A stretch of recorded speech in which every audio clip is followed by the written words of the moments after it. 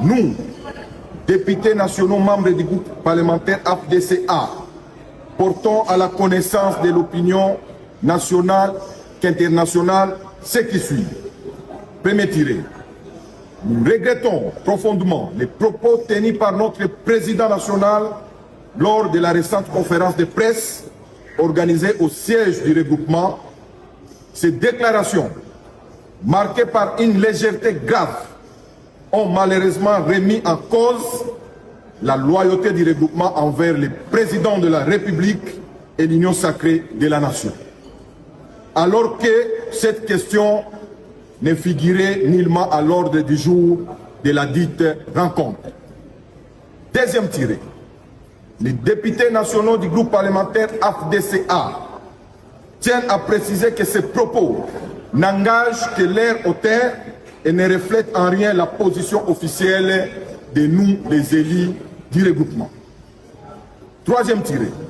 Nous réaffirmons avec fermeté notre loyauté et notre fidélité indéfectible à notre famille politique, l'Union sacrée de la nation, ainsi qu'à sa haute autorité politique, son Excellence Félix-Antoine Tshisekedi Tshilombo, président de la République, et rappelons que les désaveux exprimés à l'égard de l'autorité morale de notre regroupement doit conduire celui-ci à en tirer les conséquences politiques qui s'imposent.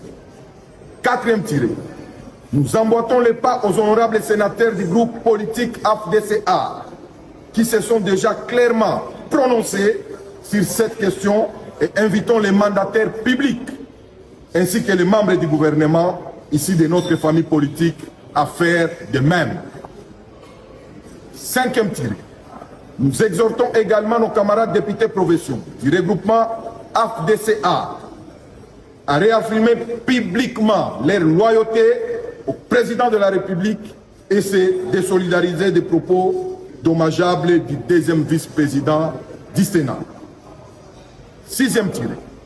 En outre, nous constatons que l'intéressé n'a qu'à ce jour pas formellement démenti l'ensemble de ses propos dans le même format médiatique que celui-ci utilisé pour les tenir, tel que demandé par sa famille politique.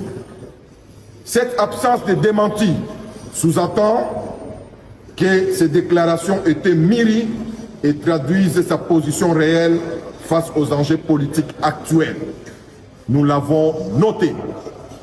Et enfin, nous saluons les efforts diplomatiques remarquables du président Félix-Antoine Tshisekedi ayant abouti aux accords de Washington et tout récemment à des sanctions américaines exemplaires contre l'armée rwandaise et plusieurs de ses hautes gradés impliqués dans la guerre d'agression contre notre pays, la République démocratique du Congo. Oui, je viens de déposer ma lettre de démission de mon poste de deuxième vice-président du Sénat parce que je me disais que ça ne sert à rien d'engager un bras de fer avec mes collègues et je me suis dit, bon, de toutes les façons, quand on reçoit un mandat, on doit déjà se préparer à le quitter à tout moment. Et donc, comme il y a eu des incompréhensions à la suite de ma déclaration dans la conférence de presse, je croyais avoir été compris en disant qu'il faut beaucoup travailler sur l'homme, sur la mentalité, sur le comportement, pour espérer que le texte soit bien appliqué. Je croyais m'être bien expliqué, mais voilà. Comme il y a eu des incompréhensions, dans ma nature, je n'aime pas la confrontation. J'ai préféré déposer ma démission aujourd'hui, 18 mars 2026. Dans votre conférence de presse, vous avez pourtant plaidé pour le respect de la Constitution, notamment en ce qui concerne le mandat présidentiel. Bon, je n'étais pas entré dans les détails. Moi, je mettais un principe parce que je ne m'étais pas prononcé sur pour ou contre la Constitution, la modification ou le changement. Moi, j'avais émis un principe et ce n'est pas la première fois que j'y reviens. J'ai toujours dit que nous avons un problème des gens qui doivent bien appliquer les textes. peut-être que les textes ne sont pas si mauvais qu'on le croirait, mais si déjà ceux qui existent étaient bien appliqués, je crois que ça rencontrerait l'assentiment de notre peuple. Vous démissionnez donc comme deuxième vice-président du Sénat, mais vous demeurez dans l'Union sacrée. Bien sûr, je reste dans l'Union sacrée. D'abord, je reste sénateur, je reste dans l'Union sacrée, je reste loyal au président de la République, Félix Antoine Tshisekedi Tshilombo. Moi, mon parti AFDC, à mon regroupement AFDC-A, deuxième force politique du pays. Quel avenir pour Bahati Lukwebo, maintenant que vous avez démissionné? Non, mon avenir n'est pas lié à la fonction de deuxième vice-président.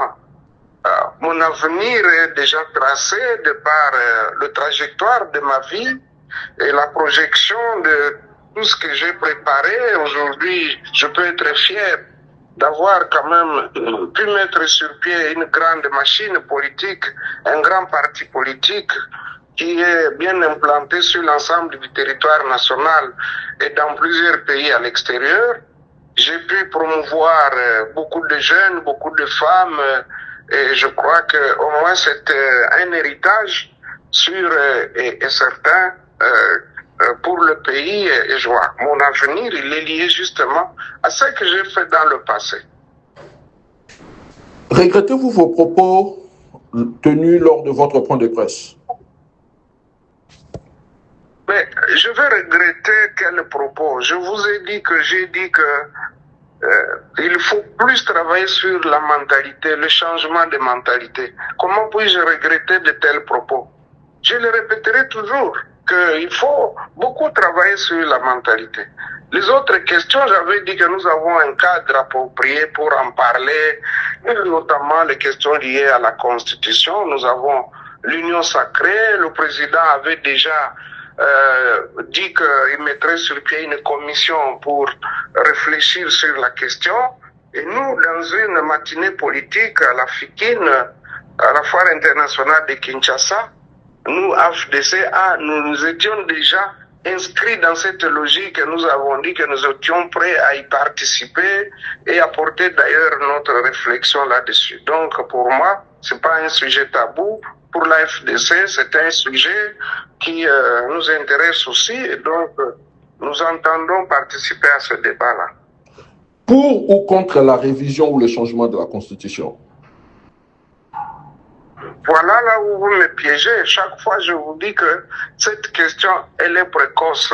Je vous ai dit que nous aurons le cadre. Le président de la République va déterminer à quel moment la commission sera mise en place. Et nous, en tant que deuxième force politique du pays, nous ne manquerons pas d'en faire partie pour que nous aussi nous amenions notre pierre à l'édifice. Donc, attendez, soyez patients. La question reviendra sûrement. Vous démissionnez alors qu'une commission a été mise en place au Sénat pour donc examiner la pétition qui a été initiée contre vous et laquelle où on vous accuse notamment de manquement de respect envers le chef de l'État, mais aussi d'incompétence. Que répondez-vous quand même à ces des accusations portées contre vous? D'abord, je suis toujours loyal au chef de l'État. Et je ne pense pas que les gens, mes profondeurs, font plus ou bien aiment plus le chef de l'État que moi.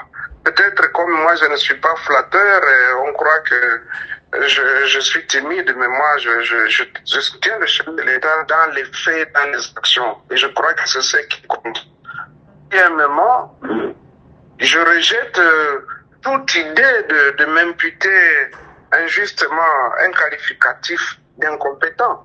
D'abord, je vais être incompétent comment? Vous savez que moi, dans mes habitudes et partout où j'ai toujours travaillé, aucun courrier ne passe 48 heures dans mon cabinet. Et tous ceux qui ont toujours travaillé avec moi, que ce soit dans les ministères, dans les entreprises, dans les cabinets, ils le savent que chacun, lorsqu'il reçoit un dossier, il doit me le retourner 24 heures après. Et dans mon cabinet, dans mon propre bureau, ça ne peut pas faire plus de 24 heures. Donc, Si quelqu'un vous donne ne fût-ce qu'un exemple en disant que tel dossier était entré et qu'il a traîné chez moi plus de 48 heures, c'est qu'il est menteur, il n'apportera aucune preuve. Deuxièmement, ceux qui disent que je n'ai pas impulsé le contrôle, que j'ai bloqué qu'on puisse inviter ou convoquer des membres du gouvernement ou des mandataires, mais ils ignorent ce que disent le texte. Le texte dit que c'est le président du Sénat qui a cette compétence, cette prérogative. Ce n'est pas un vice-président d'inviter un ministre ou un DG.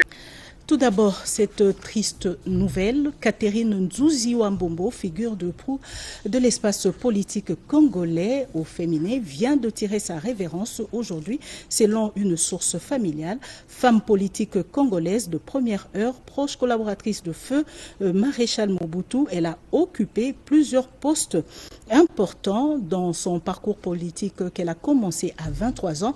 Comme bourgmestre de la commune de la Gombe, Nzuziwambombo fut vice-gouverneur de la ville de Kinshasa, ensuite gouverneur de la ville de Kinshasa et gouverneur du Congo central, ministre des Affaires sociales. En 2006, elle était candidate à la présidentielle pour le compte de MPR fait privé, son parti politique. Catherine Nzuziwambombo quitte la terre des hommes à l'âge de 81 ans. La nation congolaise gardera d'elle l'image d'une femme très engagée aux côtés des hommes politiques. Et puis cette décision de la Confédération africaine de football, le Maroc est déclaré vainqueur de la CAN 2025, une décision historique qui suscite des vives réactions. Déchu de son titre continental, le Sénégal riposte pour contester la décision de la CAF. Suivez. Une décision historique prise par le jury d'appel qui a déclaré les Lions de la Teranga forfait lors de la finale de la CAN Total Energy Maroc 2025 du 18 janvier dernier, alors qu'ils avaient remporté le titre sur terrain 1-0 dans un match avec des scènes dignes d'un film hollywoodien, transformant le score en 1-3-0 en faveur du Maroc.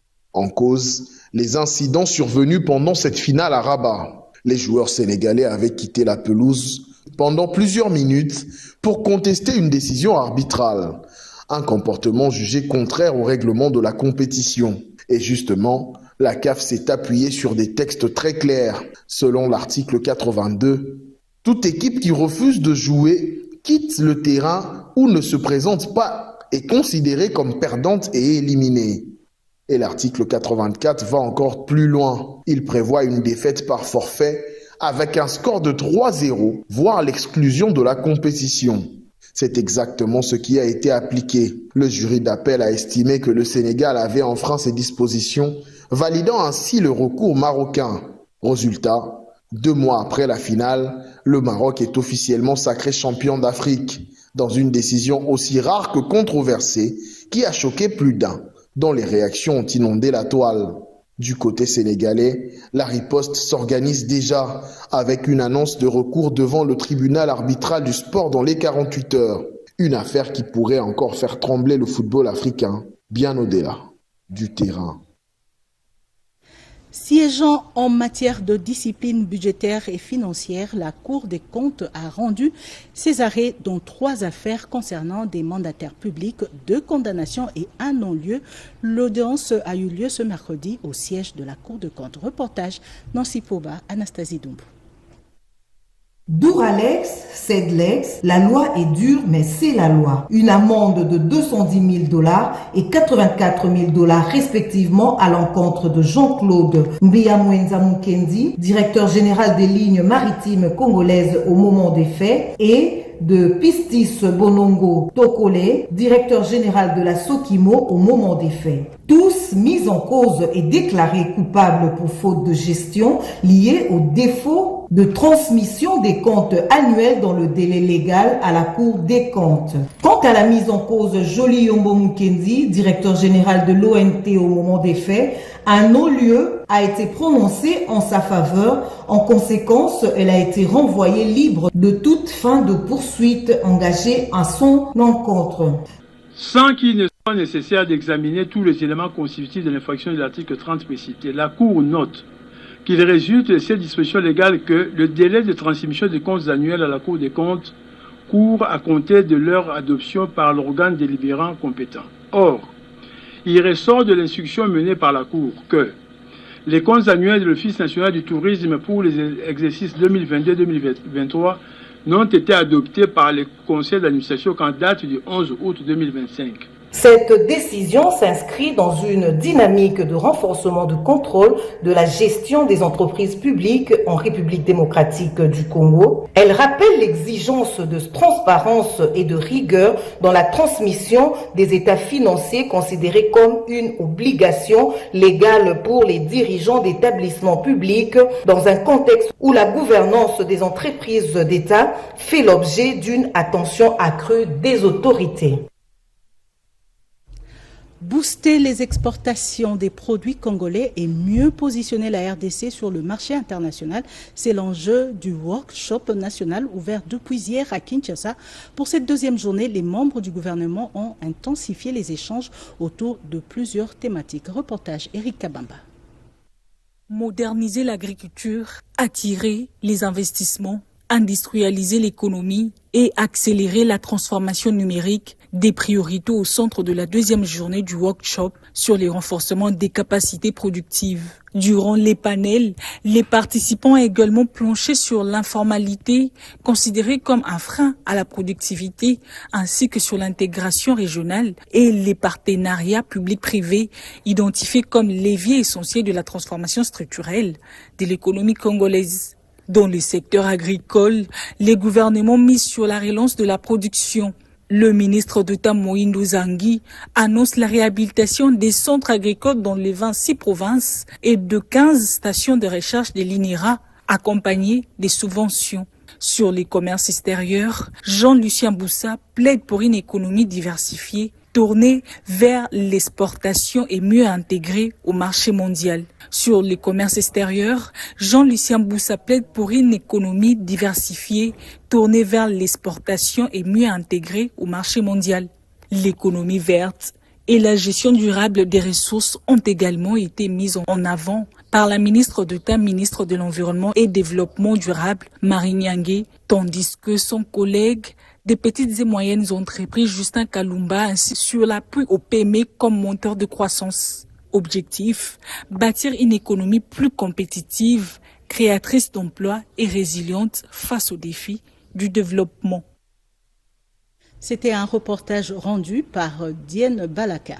La situation des déplacés de Béni retournés de Kalemi et des réfugiés au Burundi était au cœur de la signature ce mercredi d'un contrat de partenariat entre la JICA et le Haut Commissariat des Nations Unies pour les réfugiés, un partenariat qui vise l'amélioration des conditions de vie de ces Congolais qui vivent dans la précarité. Bobette Inga.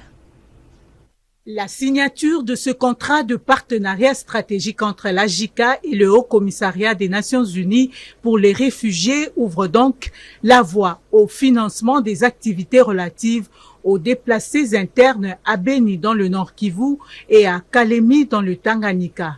Ce contrat prendra également en compte les réfugiés congolais vivant au Burundi. Nous sommes convaincus que nous pourrons apporter des réponses plus efficaces aux défis rencontrés sur le terrain. Ce soutien du Japon à travers JICA est très salutaire. C'est un projet qui entre dans le cadre du Nexus, mais aussi de la restauration de l'autorité de l'État pour la recherche des solutions durables pour les réfugiés ainsi que pour leur protection et l'assistance. Dans tous les cas, les besoins sociaux de base ne sont pas au rendez-vous. La santé, l'eau potable et la nourriture sont très rares. Ce mercredi 18 mars 2026, les deux parties se sont engagées sous l'œil du secrétaire général à la sécurité. C'est la République démocratique qui sort gagnant à travers la conclusion de cet accord de financement. La mise en œuvre de ce partenariat améliorera sans nul doute les conditions de vie des déplacés retournés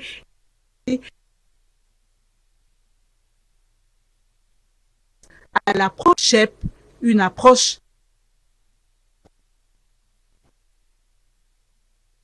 Chine.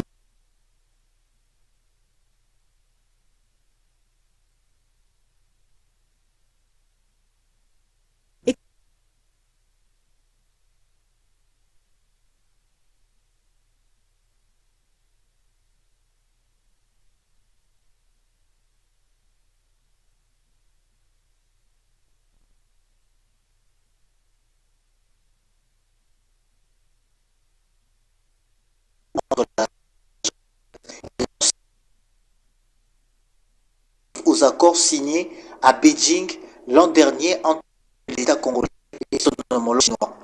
Le directeur général de la CP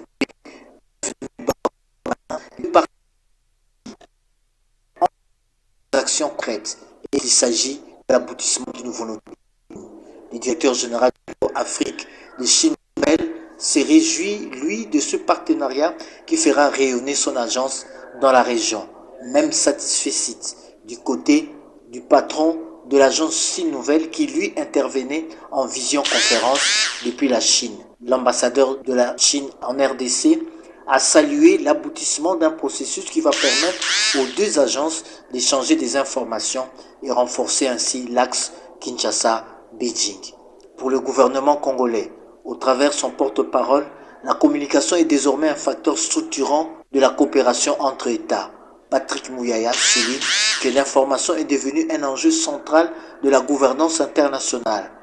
Le ministre d'État en charge de la justice, Guillaume Nguefa, a exhorté la presse à relayer les réformes prises dans le secteur de la justice. Ce forum réunit près de 200 journalistes congolais et chinois. Le vice-premier ministre, ministre des Transports, est arrivé aujourd'hui à Lubumbashi dans le Haut-Katanga. Sur place, Jean-Pierre Bemba a inspecté les travaux de modernisation et réhabilitation de l'aéroport international de la Louano. Reportage. Cette visite officielle du vice-premier ministre en charge de transport Jean-Pierre Bemba Ngombo dans le Haut-Katanga, particulièrement dans la ville de Lubumbashi, s'inscrit dans le cadre du suivi des projets de construction d'infrastructures aéroportuaires à l'aéroport international de Louano, où un aérogare moderne est en cours de construction. Le vice-premier ministre s'est rendu sur le site de construction du nouvel aérogare à l'aéroport international de la Louano, où il a procédé à une inspection des travaux en cours. L'entreprise Souma s'attelle au tissage de la natte de base et au coulage de béton de la fondation. De l'autre côté, la préparation de ferrouillage pour les colonnes ainsi que leur élévation sont en cours. Le vice-premier ministre en charge des transports a donné quelques orientations afin que les travaux se poursuivent dans le respect des normes de l'Organisation de l'aviation civile internationale. Poursuivant sa tournée, le vice-premier ministre en charge des transports a également visité les installations existantes de l'aéroport international de Louano afin d'évaluer l'état d'avancement des travaux d'aménagement en attendant l'achèvement du nouvel aérogare. Le vice-premier ministre a constaté avec satisfaction la mise en œuvre des orientations déjà données pour améliorer les conditions de voyage de passagers passant par cet aéroport. Par ailleurs, les scanners à rayon X destinés à la fouille des bagages à main et de soute ont été installés à l'aéroport international de Louano. Au terme de sa visite, le vice-premier ministre en charge des transports a réaffirmé l'engagement du gouvernement central à accélérer la mise en œuvre des projets structurants dans les secteurs en vue de renforcer la connectivité et de soutenir le développement économique de la RDC. La RDC accueille une mission d'audit de l'Organisation de l'aviation civile internationale. Ceci entre dans le cadre du programme international de sûreté de l'aviation civile. C'est le directeur général de l'autorité de l'aviation civile de la RDC, Jean Chilumba, qui a donné le coup d'envoi. Eric Kabamba. La RDC se soumet à un test grandeur nature en matière de sécurité aéroportuaire. Une mission d'audit international est en cours pour évaluer la conformité du pays aux standards mondiaux. La cérémonie d'ouverture de cette mission a été présidée par le directeur général de l'autorité de l'aviation civile de la RDC, Jean Chimpapunga, en présence de plusieurs personnalités du secteur, dont le président du conseil d'administration de l'AACC-RDC et le représentant du ministre des Transports. Cette évaluation, conduite par les experts de l'Organisation de l'aviation civile internationale, concerne deux principales plateformes aéroportuaires du pays, entre autres l'aéroport international de Njili à Kinshasa et celui de la Louano à Lubumbashi. La République démocratique du Congo a voulu démontrer, une fois de plus, sa ferme volonté de se conformer à ses obligations en tant qu'État membre de l'OACI. Sur le terrain, les experts vont du 18 au 30 mars examiner minutieusement tous les aspects liés à la sûreté, dont le contrôle de passagers des bagages, a dit le chef de mission de l'OACI. L'objectif, c'est la mise en œuvre effectif des éléments cruciaux d'un système de supervision de la sûreté de l'aviation. Et l'autre élément, c'est le degré indicatif de la conformité avec l'annexe 17. Les conclusions de cet audit seront présentées lors d'une réunion de clôture à Kinshasa. Une étape décisive pour mesurer les niveaux de conformité de la RDC aux standards internationaux en matière de sûreté de l'aviation civile et aussi renforcer la confiance des partenaires du secteur aérien. Le renforcement des capacités opérationnelles des FARDC reste une priorité nationale. Dans cette perspective, le ministre de la Défense poursuit sa mission de modernisation des FARDC à l'international. Il est à l'étape de Bruxelles en Belgique. Reportage Sandra Nyangui, Eric Kabamba et Jires Tofunje. Le renforcement de capacités opérationnelles de FARDC est une condition sine qua non en vue de leur montée en puissance, vision chère au chef de l'État Félix-Antoine Tshisekedi Tshilombo. En itinérance au Royaume de la Belgique, le vice-premier ministre de la Défense nationale et ancien combattant, Maître Guy Kabombo Madianvita, multiplie des initiatives pour redynamiser les forces armées de la RDC suivant les trinômes, formation, équipement et casernement. Ce mercredi 18 mars 2026 à Bruxelles, le patron de la Défense nationale, Maître Guy Kabombo Madianvita, a visité la prestigieuse école royale militaire de Belgique, véritable creuset de formation des élites militaires européennes pour mieux s'enquérir du fonctionnement de cet établissement militaire au profit de FARDC. Accompagné d'une forte délégation composée du chef d'état-major adjoint chargé d'administration et logistique, les lieutenants général Kabamba Wakasanda François ainsi que d'autres officiers militaires et membres du cabinet. Sur place, le numéro 1 de la défense congolaise a pris part à un briefing détaillé présenté par le général-major Anne Ross Despoter, commandante de l'institution. J'apprécie fortement cette présence du ministre qui pérennise en même temps cette coopération qui existe depuis longtemps entre nos deux pays. Guy Kabombo Madianvita a exprimé la volonté de la RDC d'établir une coopération renforcée avec cette institution dans le cadre de la modernisation de FARDC. Moment fort de cette visite, la rencontre avec le stagiaire congolais en formation au sein de l'établissement. Un échange direct au cours duquel le vice-premier ministre les a exhortés à faire preuve de discipline, d'excellence et de patriotisme tout en leur transmettant le message de soutien des plus hautes autorités du pays. Clôturant son passage, le patron de la défense congolaise a signé le livre d'honneur de l'institution, marquant ainsi une étape symbolique dans le renforcement de relations militaires entre Kinshasa et Bruxelles. Après 5 ans de division, les 3 principaux représentants de la communauté islamique au Congo se sont retrouvés pour prier ensemble et sceller une réconciliation tant attendue. Cela a eu lieu au siège de la communauté en présence du ministre d'État, ministre de la Justice. Reportage Érudis Kitutu. À Kinshasa, la fin du mois sacré de Ramadan a été marquée cette année par un moment d'une portée à la fois spirituelle et symbolique. Une prière d'ensemble réunissant les différentes composantes de la communauté musulmane s'est tenue dans un climat de recueillement, mais surtout d'unité retrouvée. Fidèles, responsables religieux et autorités ont d'une même voix élevé des prières pour la paix, la cohésion sociale et le vivre ensemble. Cette célébration a également été rehaussée par la présence du ministre d'État, ministre en charge de la Justice et garde-sceaux, Guillaume Ngefa Atondoko Andali, venu témoigner de l'attention des institutions de la République envers toutes les confessions religieuses, un geste fort qui traduit la volonté des pouvoirs publics d'accompagner les dynamiques de paix et de stabilité sociale. Au-delà du caractère religieux, cette prière collective apparaît comme un signal fort dans un contexte où les divisions internes avaient récemment suscité les inquiétudes. Elle vient rappeler que le dialogue, le respect mutuel et la foi peuvent constituer des leviers puissants de réconciliation. Ainsi, la fin du Ramadan à Kinshasa ne se résume pas en une simple célébration, elle s'inscrit comme un moment de rassemblement porteur d'espoir pour une communauté tournée vers l'unité et la concorde nationale. Une nouvelle proposition de loi sur la laïcité de l'État fait son entrée à l'Assemblée nationale, déposée ce 18 mars 2026 par le député Alfred Dibandi Nzondomio. Elle vise à encadrer les relations entre l'État et les confessions religieuses tout en garantissant la neutralité des institutions publiques. Les détails avec Anim Balaka et Tété Bongunja.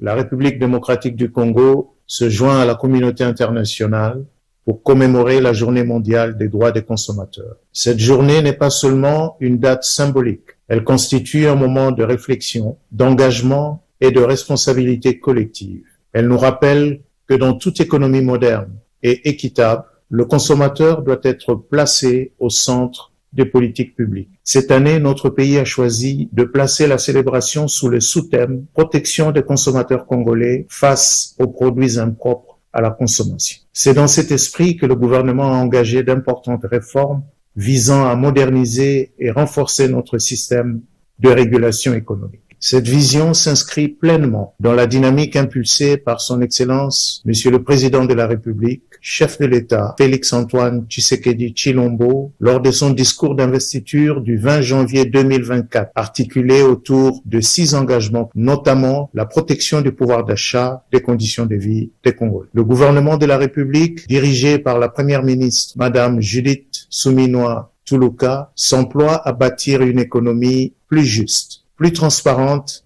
et plus inclusive. Le chef de l'État nous rappelle constamment que l'économie doit être au service de l'homme et non l'inverse. Protéger le consommateur, c'est donc protéger la dignité des familles congolaises. Ces droits constituent le socle d'un marché sain et équilibré. Mon engagement en tant que ministre de l'économie nationale est de faire de notre pays un marché où la loyauté commerciale est la règle, où la concurrence est saine et où le consommateur est respecté et protégé contre les produits impropres à la consommation. Vive la protection des consommateurs, vive la République démocratique du Congo.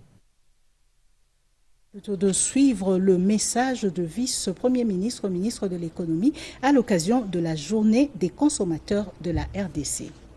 Je le disais, une nouvelle proposition de loi sur la laïcité et de l'État fait son entrée à l'Assemblée nationale, déposée ce 18 mars 2026 par le député Alfred Dibandi Zoldomio.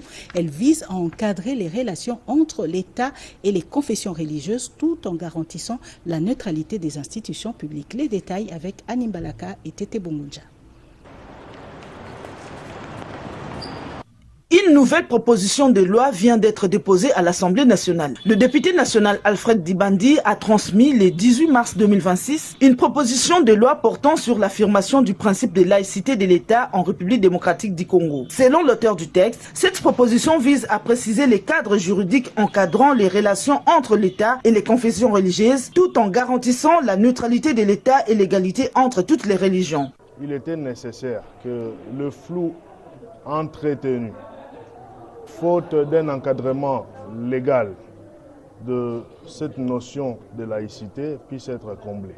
Et donc, usant de mes prérogatives constitutionnelles et réglementaires, j'ai déposé une proposition de loi portant affirmation de la laïcité de l'État, mais aussi qui pose le principe de collaboration entre l'État et les confessions religieuses. Donc, c'est une loi de prévention. C'est une loi de stabilité, c'est une loi de maturité institutionnelle.